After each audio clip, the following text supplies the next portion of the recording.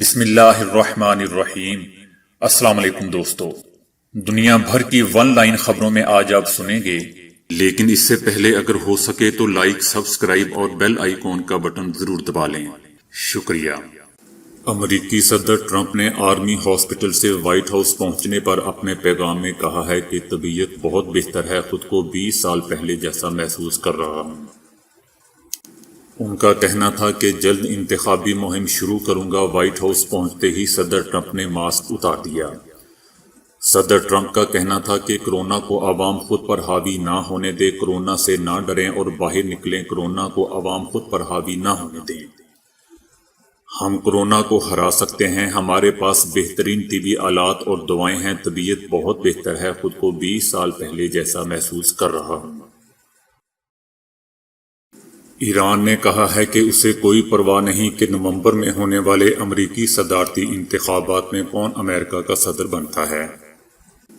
اصل معاملہ یہ ہے کہ واشنگٹن کو ایران کے خلاف اپنی مخالفانہ پالیسیوں کو واپس لینا چاہیے۔ اس کے علاوہ واشنگٹن کو ایران کے خلاف اپنی پالیسیوں میں غلطیوں کا اعتراف کرتے ہوئے ایران کے خلاف معاشی لڑائی کو روکنا اور JCPOA میں کیے گئے وعدوں پر واپس آنا چاہیے، اور 2015 کے ایرانی معاہدے سے دستبردار ہونے کی وجہ سے ہونے والے نقصان کو پورا کرنا چاہیے۔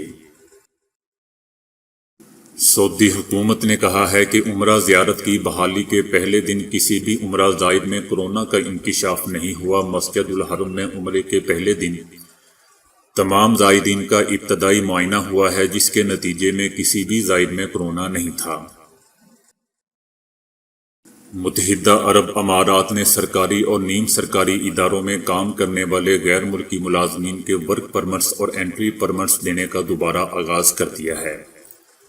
متحدہ عرب امارات نے کورونا کی وبا پر قابو پانے کے لیے مارچ میں ہر طرح کے پرمٹس معطل کر دیے تھے۔ کورونا کے باعث نئے ویزے کے اجراء اور ملک میں غیر ملکیوں کے داخلے پر بھی پابندی لگا رکھی تھی۔ متحدہ عرب امارات کی جانب سے ملک میں غیر ملکیوں کے داخلے کے لیے ویزے 24 ستمبر سے دوبارہ کھولے گئے ہیں۔ دبئی سفاری پارک شائقین کے لیے کھول دیا گیا ہے۔ حکومت نے پارک کھولنے سے قبل متعدد تبدیلیاں کی ہیں۔ حکومت کا کہنا ہے کہ یہاں آنے والے افراد مختلف جانور دیکھ کر اپنی زندگی کا ایسا تجربہ کریں گے جس کی یادیں وہ فراموش نہ کر سکیں گے۔ جانوروں کے حوالے سے متعدد شوز اور پروگرام بھی رکھے گئے ہیں۔ دبئی سفاری پارک میں 3000 جانور موجود ہیں۔ نایاب پرندے اور جانور بھی بڑی تعداد میں ہے۔ دبئی سفاری پارک جنگلی حیاتیات کا محفوظ قومی جنگل ہے۔ یہاں پہلی بار ہاتھی اور افریقی شتر مرغ بھی لائے گئے ہیں۔ دبئی سفاری پارک آنے والوں کی سہولت کے لیے جدید ترین ایئر کنڈیشنر ٹرینوں کا انتظام کیا گیا ہے۔ ان کی مدد سے وہ دبئی سفاری پارک کے تمام قریوں کی سیر کر سکتے ہیں۔ دبئی سفاری پارک روزانہ صبح 9 بجے سے شام 5 بجے تک کھلے گا۔ وزٹ کے لیے آن لائن پیشگی بکنگ کرانا ہوگی۔ متحدہ عرب امارات کی قومی فضائی کمپنی اتحاد ایئر ویز نے طلبہ کو جامعات اور گھر کے درمیان آسان سفر کرنے میں سہولت دینے کے لیے گلوبل اسٹوڈنٹ پیشکش متعارف کروائی ہے۔ وہ طلبہ جو 30 نومبر 2020 سے پہلے ایسی بکنگ کروائیں گے جو 30 ستمبر 2021 تک سفر کے لیے ہو تو انہیں اکانومی میں 10% اور بزنس کلاس میں 5% رعایت ملے گی۔ وہ طلبہ جو 30 نومبر 2020 سے پہلے ایسی بکنگ کروائیں گے جو 30 ستمبر 2021 تک سفر کے لیے ہو تو انہیں اکانومی میں 10% اور بزنس کلاس میں 5% رعایت ملے گی۔ ایسے طلبہ کے اہل خانہ کو بھی یہ رعایت حاصل ہوگی، تاہم اس کے لیے انہیں اسی ریزرویشن اور سفری شیڈول پر عمل کرنا ہوگا جس پر طالب علم کا ٹکٹ جاری ہوا ہو۔ یورپی پارلیمنٹ نے کہا ہے کہ بھارت انسانی حقوق پر اپنی ذمہ داریاں پوری کرے، مسلمانوں کے ساتھ بالخصوص امتیازی سلوک اور زیادتی پر بہت تشویش ہے۔ بیان میں کہا گیا ہے کہ صحافیوں اور امن پسند شہریوں کی گرفتاری قابل مذمت ہے۔ آرمینیا سے لڑائی میں ترکی اور پاکستان نے آذربائیجان کے موقف کی مکمل حمایت کا اعلان کر رکھا ہے۔ گزشتہ دنوں بھی ترک صدر طیب اردوان نے بیان میں کہا تھا کہ آرمینیا کو کاراباخ کا ایریا چھوڑنا ہوگا۔ آذربائیجان نے آرمینیا سے لڑائی میں متعدد ایریا پر قبضہ چھڑا کر دفاعی پوزیشن مستحکم کر لی ہے۔ اس لڑائی میں آرمی کا بھاری جانی نقصان بھی ہوا ہے اور اسے کئی علاقوں سے پسپائی اختیار کرنی پڑی ہے۔ آذربائیجان کے صدر الہام نے بتایا ہے کہ آذربائیجان کی آرمی کی پیش قدمی تیزی سے جاری ہے۔ صدر کا مزید کہنا تھا کہ ترکی کی جانب سے دیے گئے جدید ڈرونز نے ہماری بڑی مدد کی ہے اور اس سے دشمن کو شدید جانی نقصان پہنچا ہے اور ہمارا نقصان کم ہوا ہے۔ آذری صدر کا کہنا تھا کہ ترکی کی عالمی برادری میں مضبوط پوزیشن ہے، انہیں مذاکرات میں شامل ہونا چاہیے۔ عالمی ادارہ صحت کا کہنا ہے کہ ان کے بہترین تخمینے کے مطابق دنیا بھر کی 10% آبادی ممکنہ طور پر کورونا سے متاثر ہو چکی ہے۔ اس تخمینے کو مد نظر رکھا جائے تو 7 ارب 60 کروڑ کی عالمی آبادی سے 76 کروڑ سے زیادہ افراد اس کورونا سے ہونے والی بیماری سے متاثر ہو چکے ہیں، جو کہ مصدقہ کیسز 3.5 کروڑ سے زائد کہیں زیادہ تعداد ہے۔ یہ اعداد و شمار شہروں سے لے کر دیہات اور مختلف گروپ میں مختلف ہو سکتے ہیں۔ عالمی ادارے کا مزید کہنا تھا کہ مگر اس کا مطلب یہ ہے کہ دنیا کی بڑی اکثریت تاحال خطرے کی زد میں ہے۔ انہوں نے مزید کہا کہ یہ وبا مسلسل ارتقائی مراحل سے گزر رہی ہے، مگر ایسے ٹولز بھی موجود ہیں جن کی مدد سے کورونا کی منتقلی کو روک کر زندگیاں بچائی جا سکتی ہیں۔ آذربائیجان کے اہلکاروں نے اب تک 22 آبادیوں کو آرمینی قبضے سے آزاد کروا لیا ہے۔ دوستو، آذری محاذ پر 27 ستمبر کی رات آرمینیا کی طرف سے جھڑپوں کا آغاز ہوا تھا، جس کے جواب میں آذری آرمی نے کارروائی کرتے ہوئے بعض ایریا کو آرمینی قبضے سے آزاد کروا لیا تھا۔ دبئی کے شیخ زاید روڈ کے اوپر نمایاں نظر آنے والا بیضوی نما میوزیم آف دا فیوچر تکمیل کے قریب ہے۔ اس ہفتے اس کے بیرونی حصے میں آخری پیس بھی نصب کر دیا گیا ہے۔ میوزیم 30,000 مربع میٹر پر محیط ہے اور اس کی اونچائی 77 میٹر ہے۔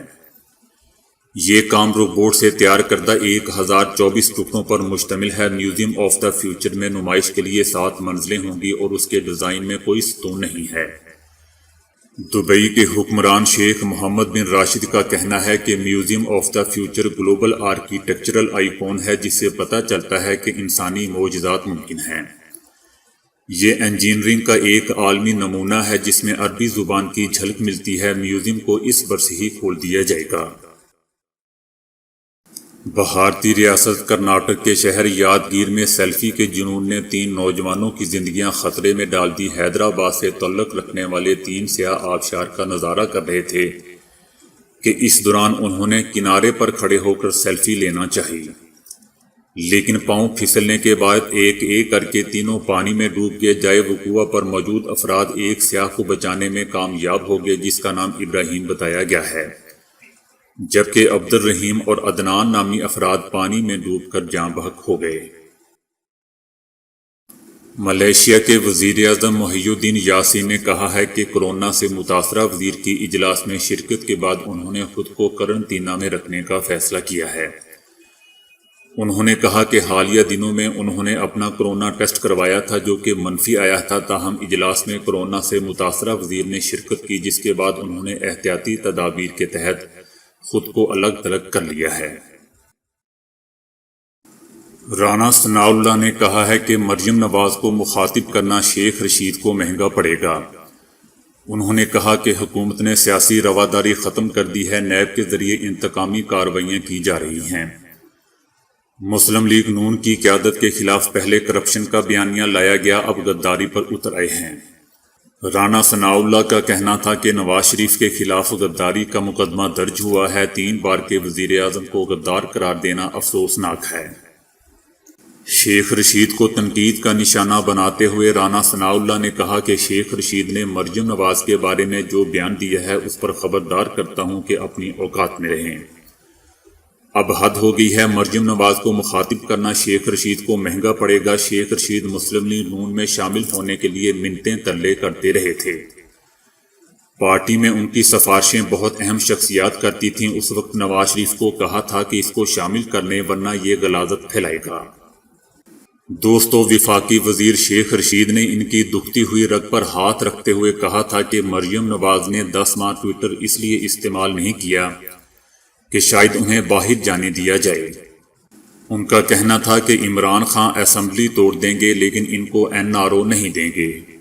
شیخ رشید احمد نے مزید کہا تھا کہ 31 دسمبر سے 30 جنوری کے درمیان نون سے شین نکلے گی اور ضرور نکلے گی۔ مریم نواز ایک عورت ہے، ان کا احترام ہم پر فرض ہے۔ مریم نواز بتائیں کہ نیب آفس میں موبائل کیسے استعمال کرتی رہی ہیں۔ پالک فولاد اور غذائی اجزاء سے بھرپور ہوتا ہے، لیکن اب سائنسی تجربات سے معلوم ہوا ہے کہ شوخ ہرے پتوں والی سبزی سے کاربن نینو شیٹ تیار کر کے ماحول دوست بیٹریاں بھی بنائی جا سکتی ہیں۔ پالک میں ایک اچھی خاصیت یہ بھی ہے کہ یہ بہت کم درجہ حرارت پر بھی کام کرتا رہتا ہے۔ پھیپھڑوں کو دیکھ کر دل کی کیفیت کی پیشگوئی نہیں کی جا سکتی، تاہم اب آرٹیفیشل انٹیلیجنس کی بدولت پھیپھڑوں میں جمع ہونے والے مائعات سے دل کے دورہ بلکہ ہارٹ فیل کی پیشگوئی کرنا بھی ممکن ہو گیا ہے۔ ماہرین اس بات پر متفق ہیں کہ پھیپھڑوں میں پانی جمع ہونے سے دل پر بوجھ پڑتا ہے اور ہارٹ فیل کے خطرات بڑھ جاتے ہیں۔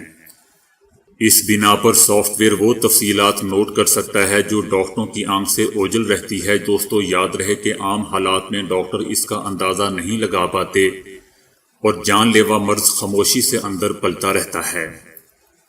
اب اس اہم پیش رفت کے بعد ہم مشین لرننگ کو نائب ڈاکٹر کہہ سکتے ہیں، کیونکہ وہ دن دور نہیں جب اپنے ڈیٹے اور کمپیوٹنگ کی بدولت سافٹ ویئر ڈاکٹرز کو اپنی رائے دے سکے گا۔ عالمی ادارہ صحت کا کہنا ہے کہ 10 میں سے 1 فرد کورونا کا شکار ہو سکتا ہے، جس سے دنیا کی بڑی آبادی کا کورونا سے متاثر ہونے کا خدشہ ہے۔ عالمی ادارہ صحت کا مزید کہنا تھا کہ جنوبی مشرقی ایشیا میں وبا کا دور بڑھ رہا ہے، جبکہ یورپ اور مشرقی بحر روم میں کیسز اور اموات کی تعداد بڑھ رہی ہے۔ ادارے کا کہنا ہے کہ ہم ایک مشکل دور کی جانب بڑھ رہے ہیں، اس وبا کا پھیلاؤ جاری ہے۔ تو دوستو آج کے لیے اتنا ہی۔ ویڈیو کو لائک اور شیئر کرنے کا بہت بہت شکریہ۔